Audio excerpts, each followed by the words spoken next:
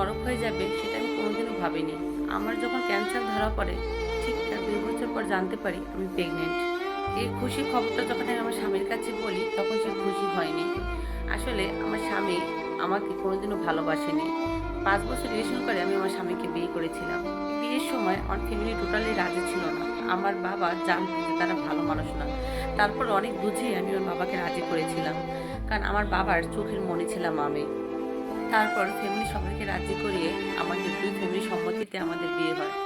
বিয়ে হওয়ার ঠিক ৩ মাস পর আমার জীবনে শুরু হলো অশান্তি। আমার জীবনে শুরু হলো কালবৈশাখী ঝড়।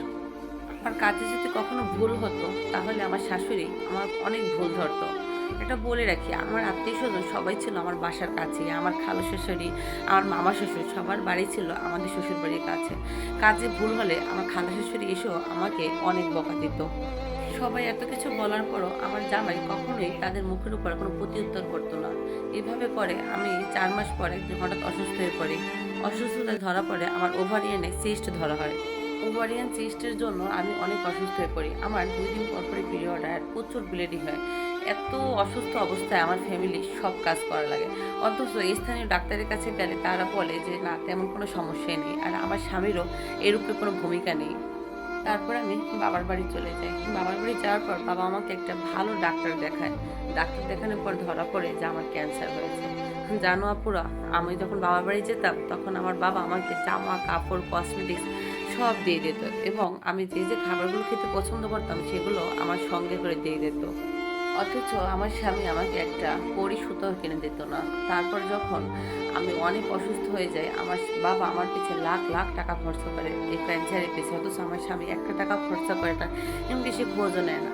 কারণ পাড়া প্রতিবেশী নানা মানুষ আমাকে নিয়ে সমালোচনা শুরু করে, নানা মানুষে নানা কথা বলা শুরু করে।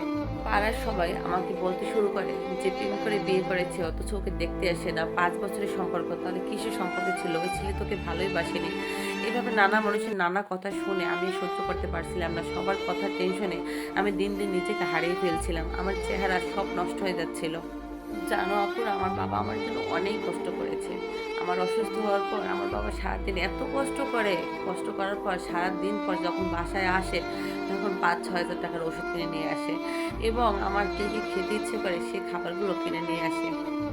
অসুস্থ হওয়ার ঠিক ১ বছর পর আমার জামাই আমার বাবার বাড়িতে আসে। তার তো খোঁজ নেয়নি। এসে বলে বাড়িতে একটা অনুষ্ঠান আছে, তোমাকে যেতে হবে, যদি না যাও তাহলে অনেক খারাপ চিনাবে।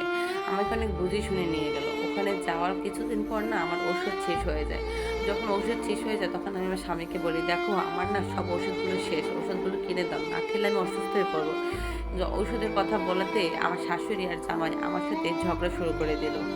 স্বামী লাস্টে কোনো উপায় না পেয়ে আমাকে রাত ৮টার সময় দিয়ে গেল বাবার বাড়ি, যাতে তার ওষুধটা কিনে না দেওয়া লাগে। এভাবে করে আরও একটা বছর চলে গেল আমার বাবার বাড়ি। সে আবার আমার সাথে খোঁজ খবর নেওয়া বন্ধ করে দিল। এভাবেই আমার চলতে থাকে। তারপর হঠাৎ মাঝে ভেতর আমার স্বামীর আমার প্রতি ভালোবাসা বেড়ে যায়। সেটা কি জানেন? শারীরিক চাহিদার জন্য। সে আসে আমার বাবার বাড়ি, এসে তার চাহিদা মিটিয়ে সে চলে যায়। এভাবে করে মাঝে মাঝে আসতে থাকে। হঠাৎ একদিন জানতে পারি আমি প্রেগনেন্ট। ফ্যামিলি সবার কাছে বলি, তখন সবাই বলে এই বাচ্চা রেখে কী লাভ, যে স্বামী আমাকে ভালোবাসে না, আবার একদিকে আমার ক্যান্সার ধরা পড়েছে, আমি নিজেও তো বাঁচবো না, তাহলে আমার এই বাচ্চা দেখবে কে? স্বামী তো সে আমার বাচ্চাকে অবহেলা করবে। ফ্যামিলি সবাই বলছিল এই বাচ্চা রাখতে না। তারপরও আমি জীবন যুদ্ধ করে এই বাচ্চা নিয়ে নিই। কারণ আমি জানি যে উপরে আল্লাহ আছে, ও রিজিকের ব্যবস্থা আল্লাহ করে দেবে।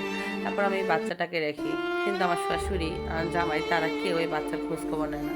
বাচ্চাটার থেকেই আমি বাচ্চাটাকে এই পৃথিবীর দুনিয়ায় আসতে পারি। ইনশাআল্লাহ বাচ্চাটা হওয়ার পর আমি ট্রিটমেন্ট চলতে চলতে আমি একসময় সুস্থ ওর দিকে হয়ে উঠি। হয়তো ওর জন্য আল্লাহ আমাকে বাঁচিয়ে রেখেছে। কিন্তু এরকমের শাশুড়ি আর এরকমের জামাই যেন কারণ না হয়, কারণ এরা হচ্ছে জীবনের নরক যন্ত্রণা। এরা কখনো বিপদের সময় থাকবে না, এরা শুধু প্রয়োজনের সময় এসে আমার প্রয়োজন মিটিয়ে চলে যাবে। এখন থেকে বাচ্চার সম্পূর্ণ দায়ভার আমিই নেব। ওর আর দরকার নাই, নিজের কষ্ট নিজেই করে যাব।